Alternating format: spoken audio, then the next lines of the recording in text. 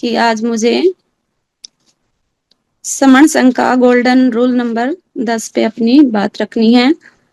मैं सुमन भोसले, हिसार हरियाणा से, और आज मैं उपस्थित हूँ संघ के गोल्डन रूल नंबर 10 के बारे में बताने के लिए। समण संघ, जैसा कि नाम से ही यह सुनिश्चित हो जाता है कि यह समणों का संघ है। मेरी आवाज आ रही है बहन जी? आ रही है बहन जी, आ रही है जी। जैसा कि नाम से ही सुनिश्चित है कि यह समणों का संघ है। इसके इसमें समणों के अतिरिक्त किसी और की तनिक भी भागीदारी नहीं है। यानी समण संघ क्या है कि समण, हम जैसे प्राचीन भारत में थे, और प्राचीन भारत में जितने भी हम भारत के वासी थे और जितने भी हम काम करने वाले थे, सभी हम समण थे।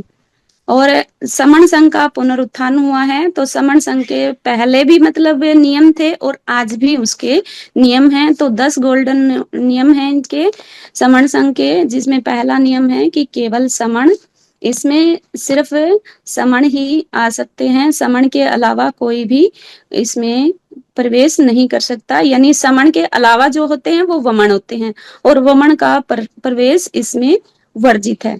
दूसरा है चंदा कभी नहीं, और समण संघ में चंदा कभी नहीं लिया जाता है। यानी किसी भी प्रकार का चंदा, किसी भी प्रकार का रुपया पैसा लेन देन समण संघ में नहीं होता है। प्राचीन काल में भी जो संघ बैठता था, उसमें जो हमारे समण होते थे वो ऐसा पैसे वगैरह का जो लेन देन है वो नहीं करते थे। जहाँ भी सभा बैठती थी, सभी अपने घरों से पका हुआ खाना लेकर आते थे और मिल बांट कर वही खाते थे। और आज भी समण संघ में वही नियम लागू है कि समण संघ कोई चंदा नहीं लेता है। जब भी हमारी कोई सभा लगती है, संगति लगती है, तो वहां पर हम अपने खाना बनाकर लेके जाते हैं। जाति का अभ्यास कभी नहीं किया जाता है। प्राचीन काल में भी जब संघ होता था हमारा, हम जो समण थे उनमें जातियों का कोई अभ्यास नहीं, जाति होती ही नहीं थी। जातियों का तो बाद में ये चलन आया है कि हमारे काम के हिसाब से वर्ग बना दिए और वर्गों से ये जातियां आ गई। जातियां मतलब सिर्फ नाम में है, हवा में है, मतलब कोई यूज इसका नहीं है। और समण संघ में तो बिल्कुल भी जाति का अभ्यास नहीं किया जाता। हम सभी समण हैं और सभी मतलब इसमें समण रहते हैं, तो जाति का अभ्यास इसमें बिल्कुल नहीं किया जाता है। समण संघ का जो चौथा गोल्डन नियम है वो है केवल संघवाद। यानी समण संघ में किसी भी वाद की कोई जगह नहीं है। यहाँ पर सिर्फ संघवाद ही लागू होती है, संघ की ही बातें होती है, और संघ के उस पर ही सभी चलते हैं। तो संघवाद ही होता है, किसी प्रकार का मनोवाद, व्यक्तिवाद, नारीवाद, राजावाद, रानीवाद नहीं होता है। तो संघ में सिर्फ संघवाद चलता है। पांचवा गोल्डन नियम है कि पद प्रतिष्ठा मंचमाला संघ में कभी नहीं है। यानी किसी का विशेष सम्मान नहीं किया जाता, किसी को विशेष पद नहीं दिया जाता है। संघ है तो संघ में सब समान है। यानी किसी का भी वहां पर किसी का माला डालकर या किसी को सिंहासन देकर ऐसे किसी का सम्मान नहीं किया जाता है। अगर ऐसा होता है तो फिर वो संगठन बन जाता है, और संगठन और संघ में बहुत ज्यादा अंतर है। संघ सबका होता है, संघ साझा होता है, और संघ जब बैठता है, इकट्ठे होते हैं लोग तो संघ बन जाता है, अलग अलग होते हैं तो वो अलग हो जाता है। इसलिए जब जहां इकट्ठे हुए वहीं पर संघ बन गया। तो संघ में पद प्रतिष्ठा मंचमाला कभी नहीं है।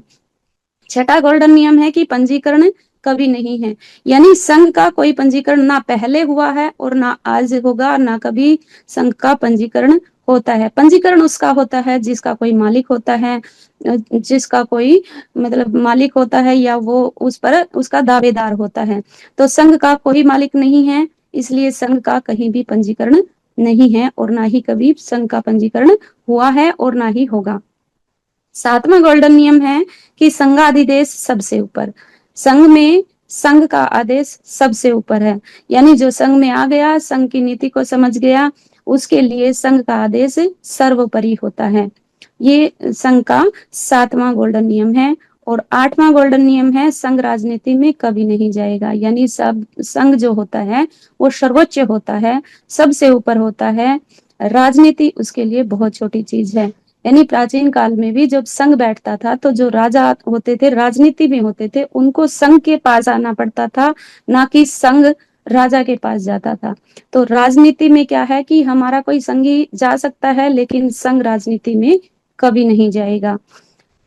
आठवां 9वां गोल्डन नियम है कि संघ घातक की वापसी संघ में कभी नहीं हो सकती।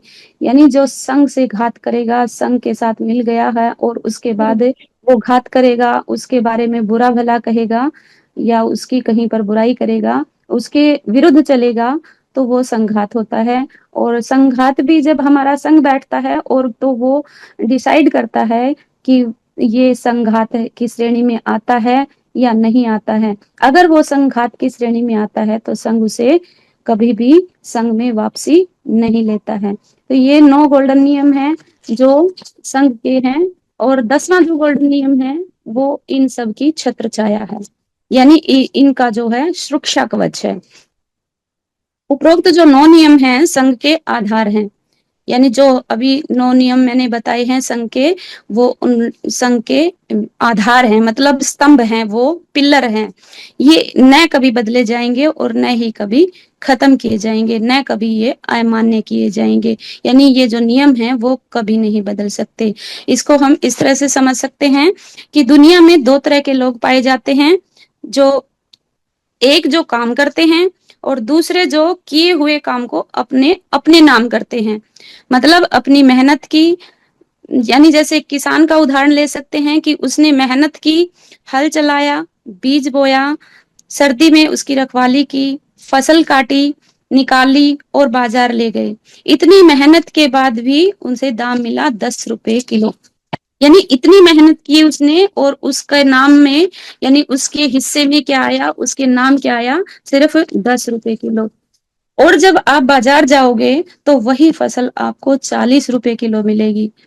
यानी काम किसने किया और नाम किसी और का हो गया, यानी नियम बदल गया। और नियम जो पैदा करता है, यानी जो 6 महीने मेहनत करता है लागत से, उसे 10 रुपए किलो, यानी 10 रुपए 1 किलो का मिल रहा है। उसे जितना कुछ उसे जितना कुछ नहीं किया, सिर्फ दलाली, यानी जिसने जो कुछ कुछ नहीं किया उसको 40 रुपए मिल रहे हैं, यानी 30 रुपए उसको एक्स्ट्रा मिल रहे हैं। तो ये नियम बदला तो इस तरह होता है। क्यों? क्योंकि नियम बदल गया। नियम बदल लिया, सही नियम अमान्य कर दिया, सही नियम खत्म कर दिया।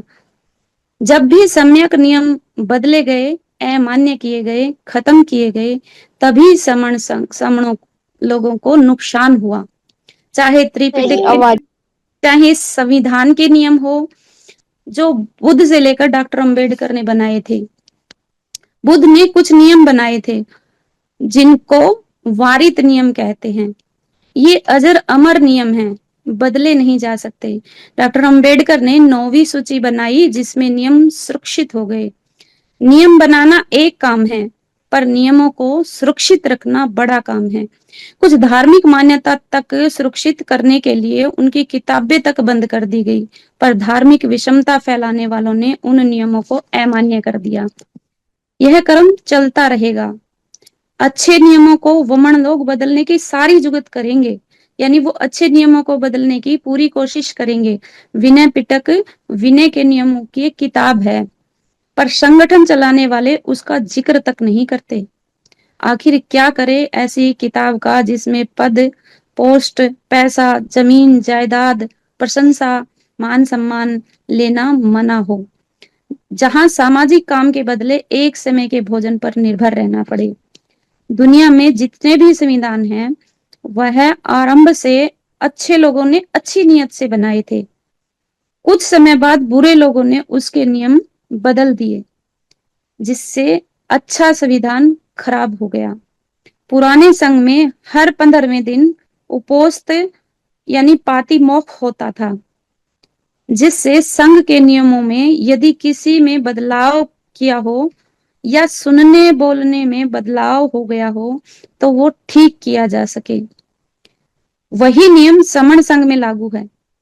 जब तक यह नियम अभ्यास में रहेंगे, 10 गोल्डन नियम ठीक से काम करते रहेंगे। 10 नियम सुनहरे नियम हैं, गोल्डन नियम हैं श्रवण संघ के, अमर नियम हैं, इन्हें चलाने इन पर चलने वालों के बच्चे सुखी रहेंगे, सामाजिक सुरक्षा मिलेगी। यानी इन नियमों पर चलकर जो जो हमारे श्रवण संघ के 9 गोल्डन नियम हैं। खोई हुई संपत्ति, वैभव, ऐश्वर्य प्राप्त कर सकते हैं हम इन नियमों पर चलकर। फिर सम्राट जैसा महान राज्य भी होगा और दुनिया में फिर से भारत की इज्जत भी होगी। संघ सब कुछ कर सकता है, समणों का संघ समण संघ, यानी जो संघ होता है इंसानों से लेकर जानवरों तक, यानी जानवरों में भी बंदरों, मधुमक्खी, मछलियों और परिंदों को, अमीरों को, बुद्धिजीवियों को और नौकरी पेशे को, सेनाओं को और वृद्धों को, देशों को, यानी और तो और देशों को भी संयुक्त राष्ट्र संघ की स्थापना करनी पड़ी। तो समणों का तो ये पैदाइशी हक है समण संघ में रहना। संतों ने आदेश दिया है, यानी महात्मा बुद्ध ने कहा है संघम शरणम गच्छामि, और संतों ने कहा है कि साधु संगत, संगत में रहो, संगति करो, यानी संघ में रहो। बाबा साहब अंबेडकर ने कहा है ऑर्गेनाइज, यानी संघ में जाओ, संघ संघ रहना ही संघ संघ रहना है। बाबा साहब डॉक्टर अंबेडकर ने 1927 में समता समाज का संघ बनाया था। उसके बाद लोगों ने संघ को तोड़कर 29 लाख संगठन बना दिए। शेर बहुत खूंखार जानवर है, परंतु बिना संघ के नहीं चलता, क्योंकि कुत्तों का संघ उनको फाड़ कर खा जाएगा। चोर, हत्यारे, लुटेरे, डाकू, अपराधी, पापी भी गिरोह में रहते हैं, यानी संघ में रहते हैं। अतः हमको बिना सोचे समझे दुनिया के सबसे प्राचीन संघ समण संघ में तुरंत आ जाना चाहिए। संघ ही हमारे बच्चों को बचाने की गारंटी देता है, क्योंकि पहले भी संघ ने ही बचाया था। हमारा प्राचीन वाक्य भी यही है, संघे शक्ति युगे युगे, यानी संघ युगों युगों से संघ में ही शक्ति होती है। तो ये थे हमारे 10 गोल्डन नियम, और 10वां गोल्डन नियम हमारे 9 नियमों का आधार है, पिलर है, और हमें 10 गोल्डन नियमों पर चलना है और संघ में रहना है, और अपने सभी समण भाई बहनों को संघ में लेकर आना है, और हमने संघ की शक्ति को बढ़ाना है और संघ को आगे लेकर जाना है। संघ रहेंगे तो हम जीत जाएंगे। हमें जीतने के लिए, हमारे बच्चों को बचाने के लिए, हमें इज्जतदार जिंदगी जीने के लिए संघ में रहना है, संघ रहना है। तो गर्व से कहते हैं कि हम समण हैं, हमारा संघ समण संघ। अगर मेरे वक्तव्य में कोई त्रुटि रह गई है तो संघ मुझे क्षमा करे, क्षमा करे, क्षमा करे। संघम नमामि, संघम नमामि।